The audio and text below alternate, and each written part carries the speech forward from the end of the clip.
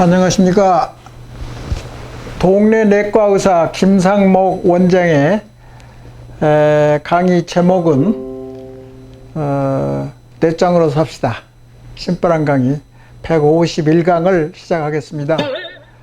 지금 이제 강의가 장기간 중기 내지 장기로 흘러감에 따라서 그 아웃라인, 지금까지 내가 지난 2, 3년 동안에 내장 강의를 쭉 해왔는데, 사실 그 강의 내용이 상당히 방대하고 또 집약적인 하나의 개념에 대해서 지금까지 강의를 해왔는데, 처음에 1강부터서 100강까지 그건 이제 원래 오리지널로 자부심에 대해서 집중적으로 시작을 했었습니다. 그리고 이제 칠판에 내가 메모를 한 바와 같이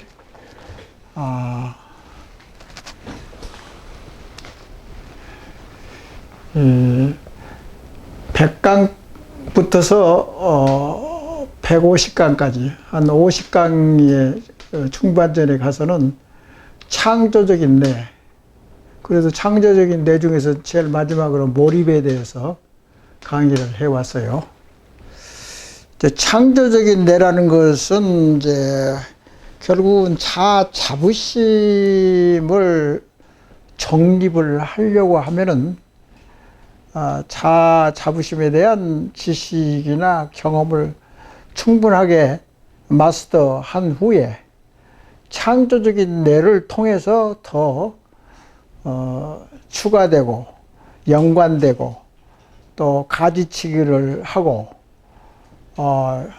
그래서 도움이 되는 자부심을 정확하게 파악하는 데 도움이 되는 뇌의 성질, 특히 창조적인 뇌에 대해서 현재도 그렇고 미래에 이 뇌를 얼마나 잘 우리가 뇌에 대한 이제 환경을 많이 개선시켜 가지고 새로운 아이디어나 제4차 산업, 또 갈수록 변화가 심해지고 특히 포스트 코로나 시대에 우리가 더 우리 자신을 파악하고 알고, 또한 현재 어떤 시점에 있고 앞으로 미래의 어떤 자부심의 방향을 목표로 해서 우리가 계속 성숙하고 탐험하고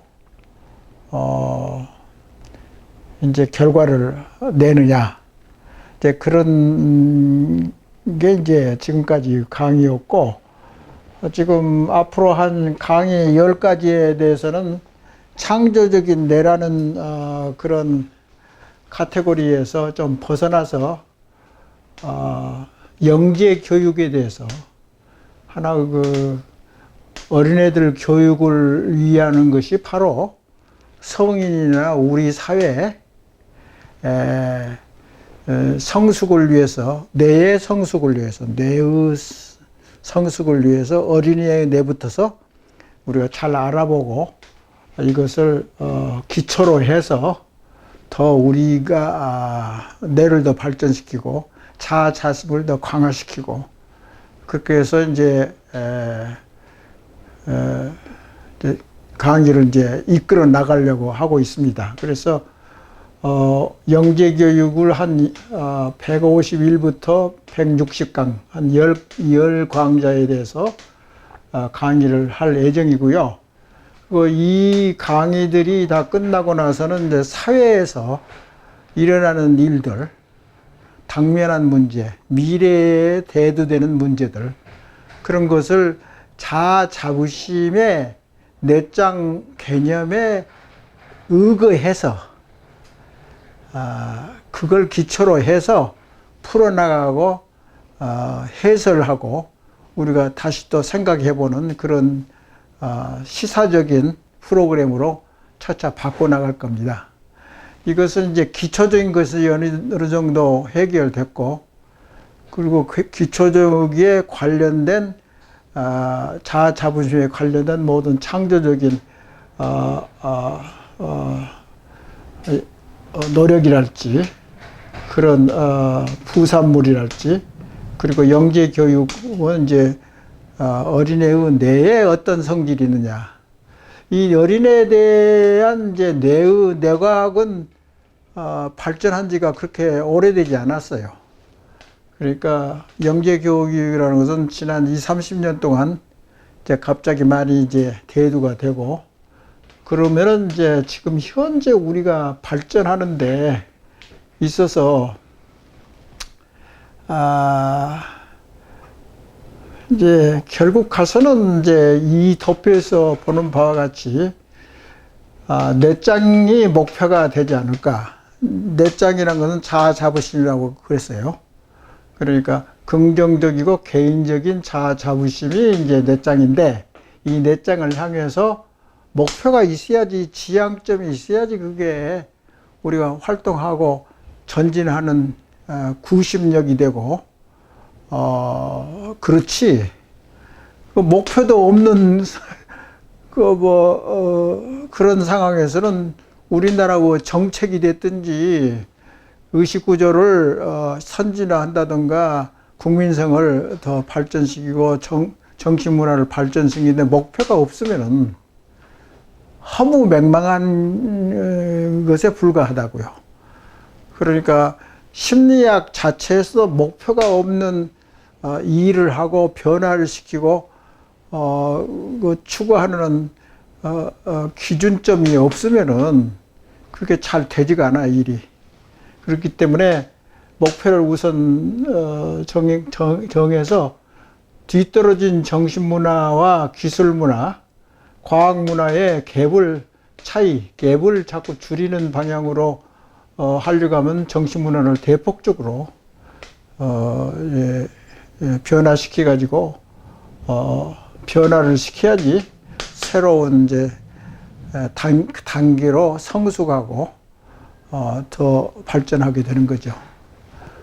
그래서 이런 강의 중에서 양육 쇼크라는 이제, 내가 사실 이 책을 읽어본 지 한 7, 8년 정도 되는 것 같아요. 내 서재에서 뒤져보니까 이 좋은 책이 있더라고요.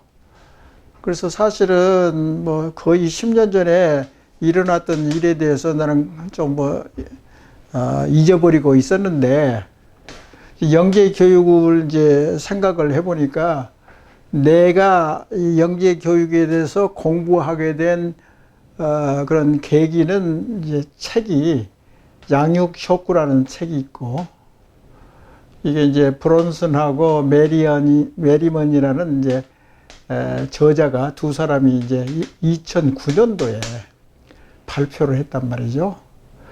근데 이 내용을 보니까 이 이전까지의 영재 교육은 다 틀렸다. 그러니까 상당히 이 시점, 그러니까 지금으로부터 한 10년 내지 15년 전에 영재 교육에 대한 그런 지식이 뇌과학을 통해서 심리학의 발전에 의해서 많이 바뀌어졌다고요. 그것을 이제 이야기하는 거예요.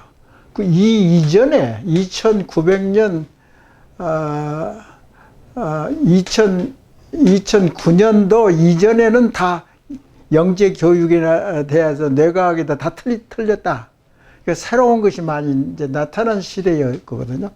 그 다음에 이제 두 번째 책이 이제 아이의 뇌는 스스로 배운다는 것을 교육계에서 깨달았다고. 결국 가서는. 이게 통틀어서 말하면 아이의 뇌는 스스로 발전하는 것이 스스로 내적인 흥미와 호기심으로 이제 자가 발전하는 거지, 어린애 때 특히 말도 못하고 커뮤니케이션도 서로 대화도 못하는 그 어린애 뇌일지라도 외부에서 자꾸 지시를 해가지고 하는 것은 공부가 안 된단 말이에요. 스스로 해야 된단 말이에요. 그러면 애들이 스스로 자기 머리에 잠재력이랄지 능력이랄지 무한한 능력을 가지고 있다고 애들은. 그러니까 나중에 또 이제 다음 강의에도 나오겠지만은 이제 그런 것은 이제 알아차렸다고. 그래서 이제 그 상당히 업그레이드 된 거지요. 유아 교육, 영재 교육. 그래서 막 혁명적인 그런 사고방식이 이제 대두되고 그걸 또 실천하고 있잖아, 지금. 그래서 앞서가는 아이들은 어떻게 배우는가. 세계적으로 그 유명한 영재 교육 프로그램들이 많다고. 이제 그것을 이제 루포 형식으로 세계 곳곳을 돌아다니면서 그것도 특히 우리나라의 그 입시 지옥에 대한 그런 취재 기자인데 기자가 이제 이것을 저수를 했는데 앞서가는 아이들은 어떻게 배우는가 그걸 이제 그 내용으로 책을 2018년 19년 1, 2년 전에 이걸 발표를 했거든요. 그래서 이 세 가지를 이어서 이렇게 시리즈로 내가 하는 것은 이런 발전 단계가 이렇게 돼 가지고 결국은 이제 지금 현재 유아교육, 영재교육은 이렇게 한다. 그런 것을 내가 소개를 해 주는 거지. 내가 영재교육이나 교육자가 아니잖아요. 일개 내과 의사지만은 우리나라의 의식구조를 발전시키기 위해서 하나의 대안으로 뇌장이라는 개념을 이제 정립하고 탐구하고 서로 디스커션 해보자. 그런 의미가 있는 거죠.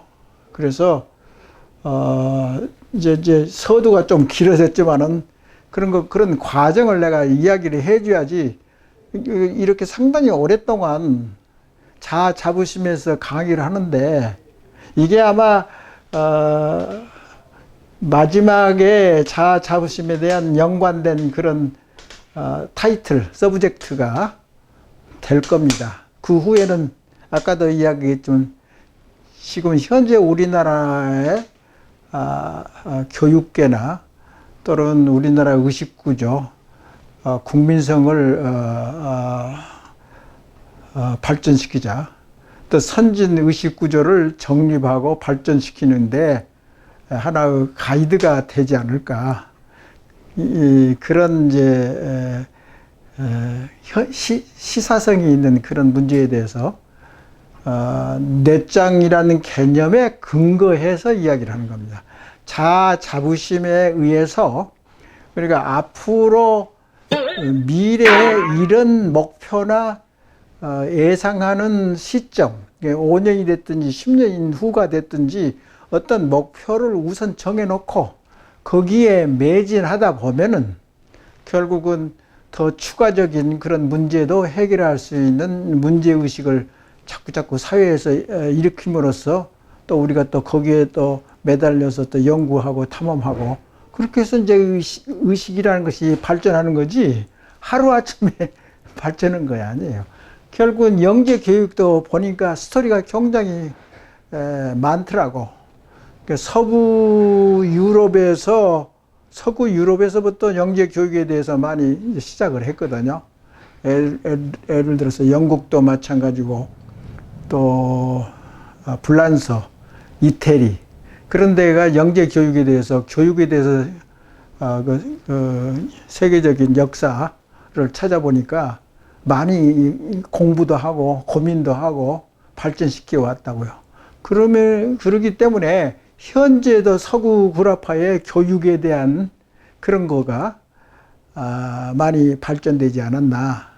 그게 이제 자아 자부심의 심리학이 됐든지 영재 교육이 됐든지 창조적인 뇌를 발전시키는 모든 것이 다 한 흐름에 포함되어 있는 것이기 때문에 그렇게 강의를 진행하고 끝마칠까 이제 생각을 하고 있는데 사실 우리 동양의 의식구조, 동양의 좋은 도덕관념은 접어두고 우선 그것은 우리가 어느 정도 다 알잖아요.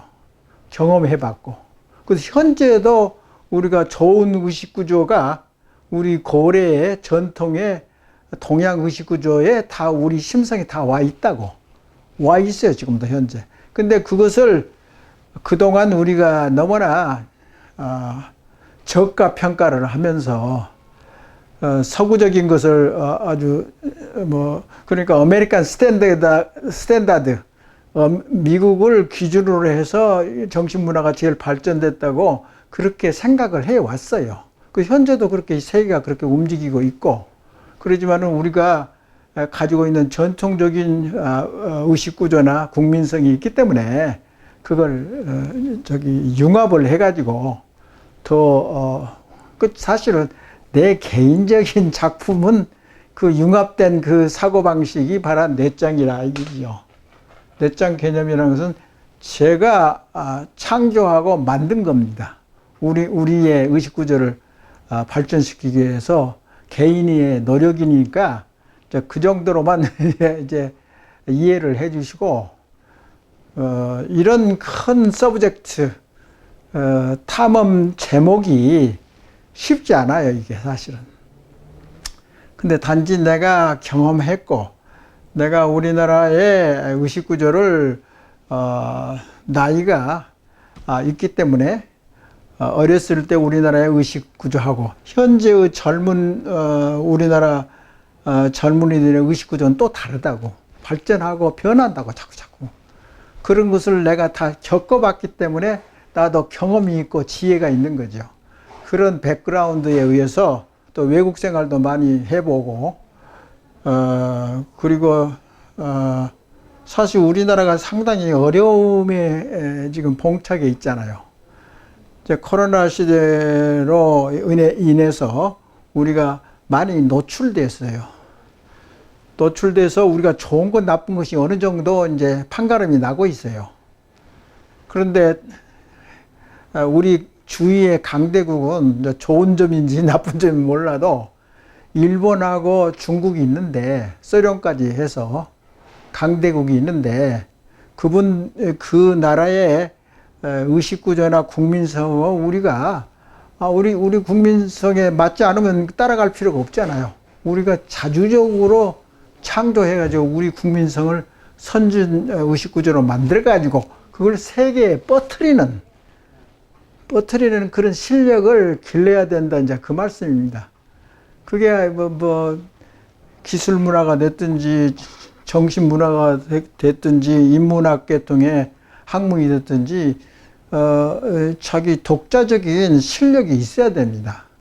그래야지 딴 나라들이 따르든가 모범이 된다든가 그렇게 되지. 정신 문화가 발전할 수 있는 이제 그 계기가 온 것 같고, 사실 후진국에서 선진국으로 도약하는데 우리나라가 좋은 이제 예가 되죠, 세계적으로. 그러니까 상당히 홍보 아이템이 될 수 있습니다. 좋은 일이죠.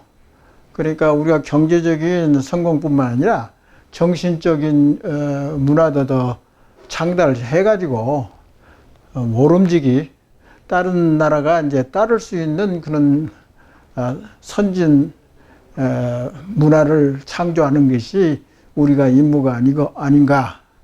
그렇지 않으면은 항상 주위 강대국에서 억압을 받고 피해의식을 받아가지고, 우리가 한국병이라는 것은 주위의 피해의식에 의해서 자꾸 나쁜 의식구조가 흘러내려왔지 않습니까? 이제 그게 차차차차 해소되면서 우리 좋은 문화가 노출되고, 그리고 사실 현실화된 거죠. 현실화.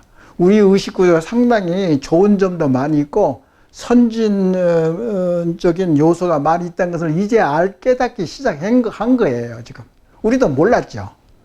근데 지난 10년이고 5년이고 10년이고 코로나 바이러스가 번창한 이후부터서 그것이 자꾸 노출된다고, 현실화되고 노출되기 때문에 보인다고. 그 전에는 안 보였는데, 우리가 좋은 것이 있었는데 그걸 부정적으로 생각한 것이 있는데, 알고 보니까 그것이 부정적인 것도 있고 긍정적인 거 있다. 그게 제가 이야기하는 우리 국민성의 좋은 점 6가지, 나쁜 점 6가지가 이제 드디어 눈에 보이기 시작하는 거예요. 그러니까 하나의 그 의식 수준을 발전시키고 변화, 의식의 변화를 우리가 몸소 체험하고 이제 탐험하고 그렇게 나와서 나온 이제 대안이 넷장 개념이라고 그렇게 이해해 주시고, 거기서 제일 중요한 요소는 역시 긍정적이고 개인적인 자아 자부심을 높여가지고 우리가 더 두각을 나타내지 않을까, 그런 생각을 하고 있습니다.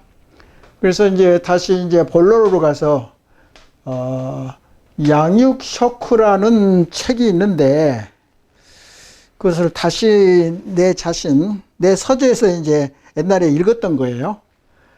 그래서 이걸 소개를 해가지고 이걸 잠깐 이 책에 대해서 조금 10년 전 거라도 이것이 의의가 있는 것은 이 책 개념이 좀 있는데 이 전까지의 영재 교육은 다 틀렸다.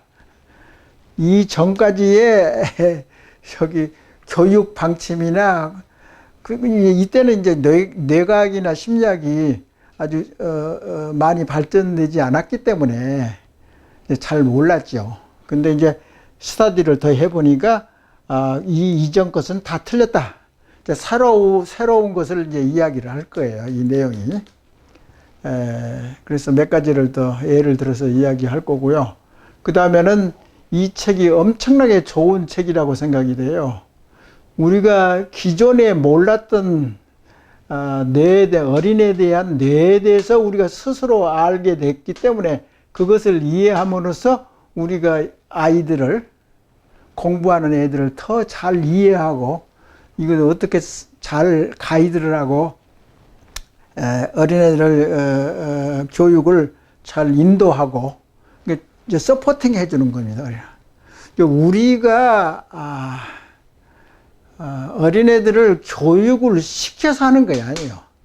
자기들이 흥미있고 재미있는 것을 스스로 알아서 할 수 있는 그런 뇌의 능력이 있다는 것이 판명됐다고. 우리가 부모 세대에서는 또는 선생님들의 사고방식으로는 전통적인 그 교육 방법이 다 틀렸다는 것을 알기 시작한 거야, 이제. 그래서 이제, 이런 것에 대해서 교육혁명이라는 것이 많이 나오잖아요.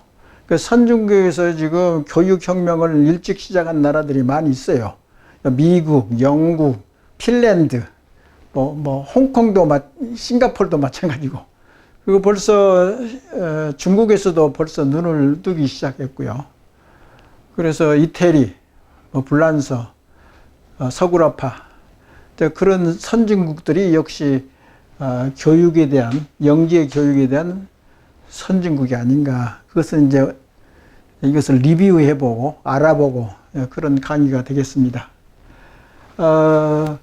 첫 번째 영재 교육에 10번의 강의가 있을 예정인데, 첫 번째 강의가 이제 양육 쇼크를 이 책을 중심으로 해서 제가 소개를 하려고 합니다. 그래서 이 양육 쇼크라는 말, 그 말 자체가 양육을 하는데, 유아 교육이 됐든지 어린이 교육이 됐든지 유치원 교육이 됐든지 그 교육하는 게 다 틀렸다. 새로운 것을 이제 이야기하는 것이 하나 그 옛날에 틀렸던 것이 하나 쇼크다, 이게지요. 우리가 몰랐던 것을 알게 되니까 쇼크잖아요. 그러니까 그런 거 이제 이 의미가 있어요. 그래서 여기서 이 두 저자가 아동 과학 시리즈를 많이 이제 편집도 하고 공부도 하고 책을 낸 사람들이에요. 이제 미국에 있는 이제 학자들인데요.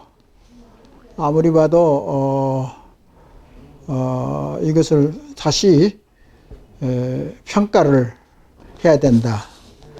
그런 의미가 있는 책이에요.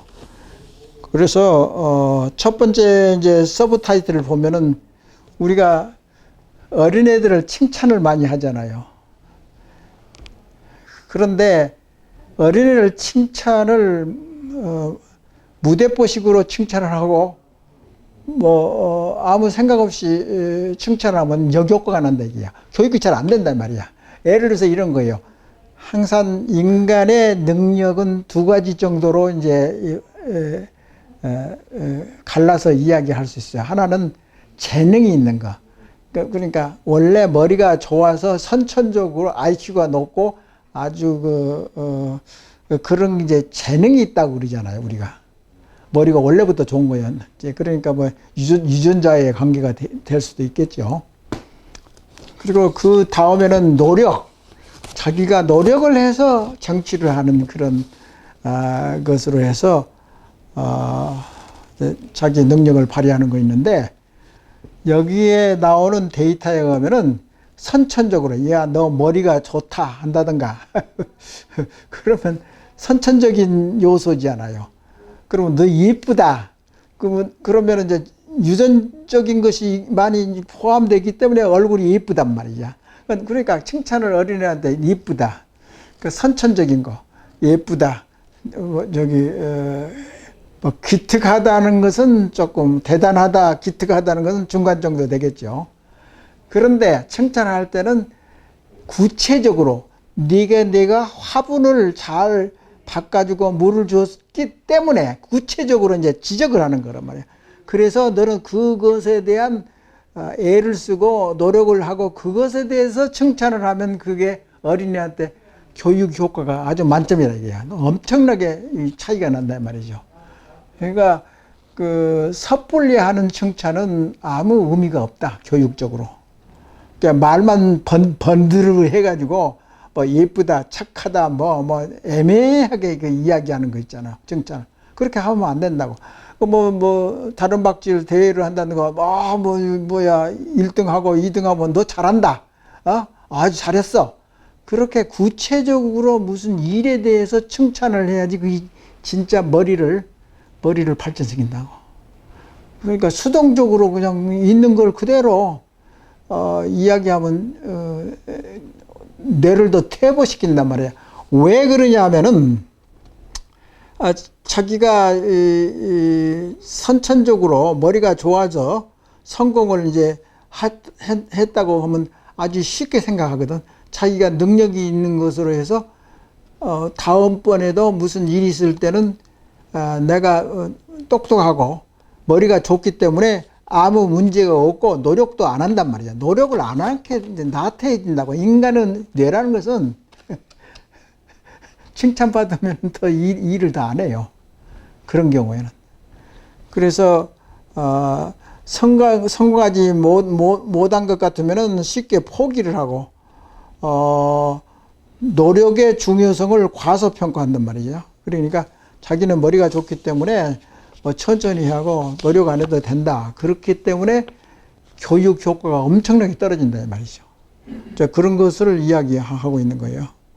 그래서 지능을 너무나 칭찬하면은 아까도 이야기한 것 같이 도전과 모험을 하질 않아요, 애들이.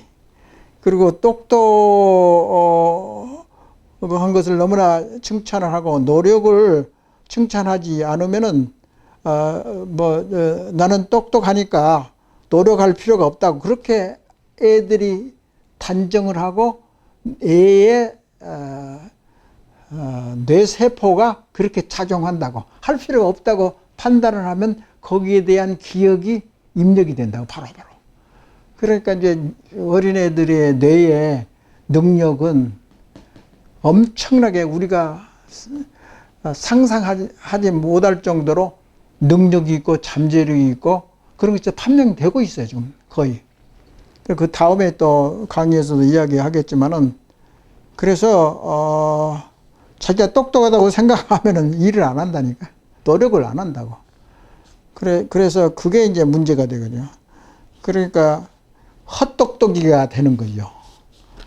그래서 그런 것이 있고, 또 이런 것에 대해서 일찍이 캘리포니아 주의회에서는 자존심과 또 자아자부심 뭐 그런 것에 대한 특별위원회를 설치했다고.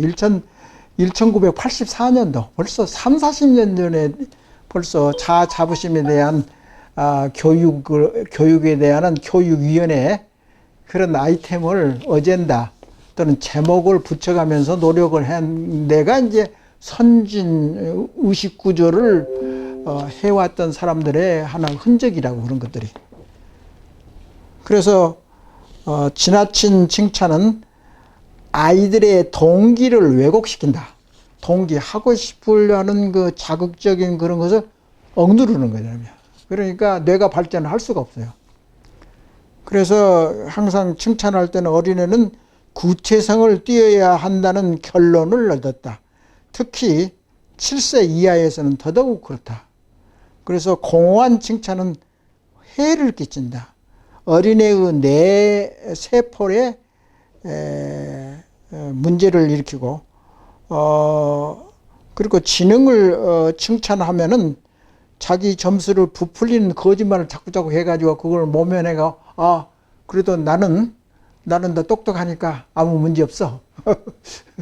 그렇게 노력하려고 하는 생각을 없앤다. 그 말은 거기에 관여하는 뇌세포가 죽어버리는 거야. 소실되는 거예요.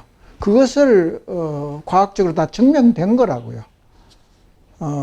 그것을 너무나 이제 가볍게 생각하면 안 돼요. 그런 스터디들이 굉장히 많아요. 그래서 칭찬 중독증에 걸려서는 안 된다. 그걸로 해서 끝이거든. 그 다음에 노력을 안 하니까 특히 동양에서는 서양에 비교해서 재능보다도 끈기를 더 쳐주잖아요. 노력을 한 거는. 근데 이상한 건 뭐냐면 동양 사람들은 특히 이제 동북아 사람들은 끈기 있게 노력하는 것을 점수를 잘 안 줘요. 근데 서양 사람들은 그것을 점수를 준다고 현재. 그게 바꿔졌어요. 의식 구조가 처음부터 다르니까. 근데 이제 반대로 이제 서양에서는 이제 반대로 우리나라에서는 재능, IQ가 높다. 무슨 뭐 명문대학교에서 몇 등으로 들어갔다. 뭐 그런 것을 재능일 수가 있을 수가 있죠.